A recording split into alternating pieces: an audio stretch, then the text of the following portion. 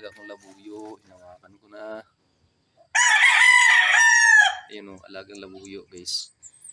Ang bait-bait na ng alaga nating labuyo. Hello, magandang umaga po sa lahat. Ayan. So, ayan, ipapasilip ko sa inyo yung alaga kong labuyo guys. Ayan. So, mabait na siya guys, mabait. Ayan o. So, mabait na siya guys. So, nilagay ko dito, tinabi ko sa mga alaga ko na mga Texas po ng papa ko.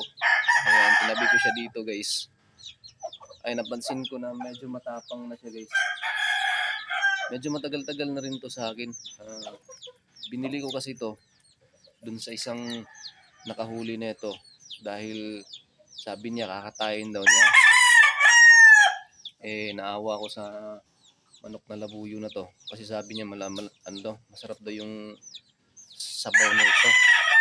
Binili ko na lang sa kanya para hindi makatay itong manok na labuyo na to. May nagsabi kasi guys sa nakaraang post ko na ito daw ay isang pure na labuyo. Pero duda po ako guys kasi puti po yung kanyang paa.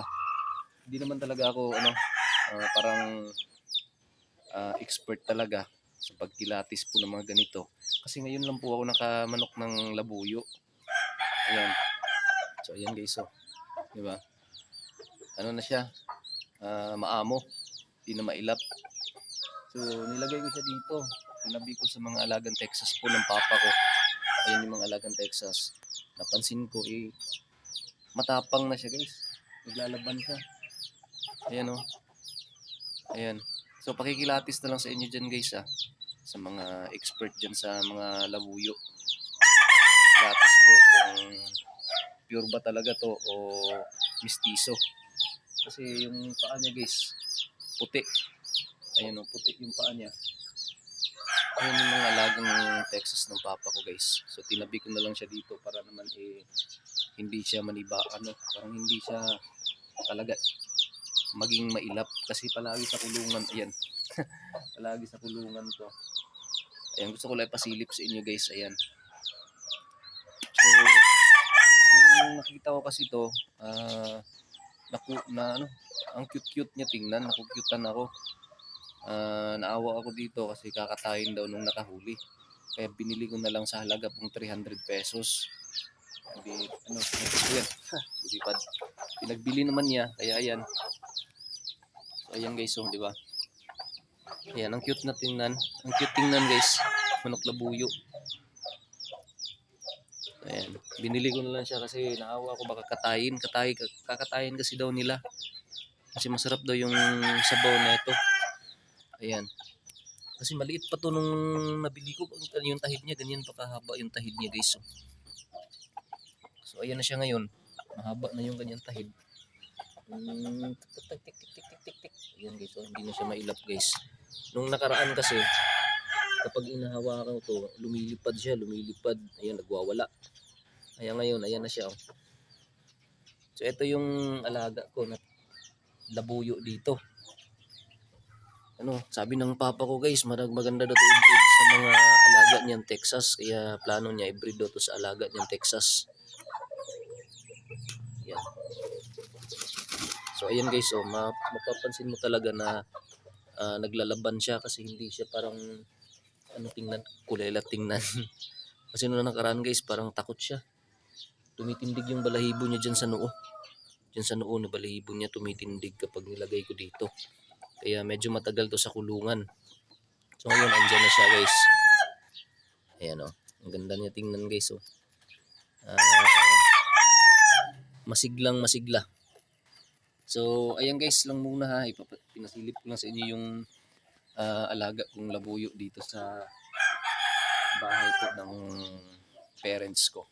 Dito ko siya nilagay para maalagaan po maalagaan po dito ng papa ko kasi mahilig din po sa manok ng Texas yung papa ko. Alam niya kung paano alagaan to. So ayan siya. So sinisilip-silip ko na lang guys, tinitingnan ko. Kasi ang cute-cute na talaga tingnan guys. Para din siyang Texas, pero maliit lang siya, sobrang liit niya guys. Yan, hawakan natin sa kanya. kung magpapahawak siya guys. Tik tik tik tik tik. Tik tik tik tik tik tik. Tik tik tik. Ayan o. Ayan o, sobrang liit niya talaga oh. Ayan. Yung alaga kong labuyo guys. Sobrang bait na. Yan, sobrang bait na niya. Yun, yung alaga kong labuyo. Hinawakan ko na. Ayan o, alagang labuyo guys. Ang bait-bait na ng alaga nating labuyo. Yan o. Yung paa niya guys, tingnan nyo. Labuyong labuyo talaga yung paa. Yung ano niya, yung tahid niya. Yan o.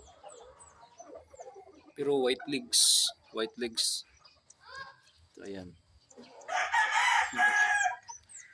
So, ang cute niya, di ba? Yan o, ang liit niya guys. Ang liit niya talaga compare sa mga manok na Texas.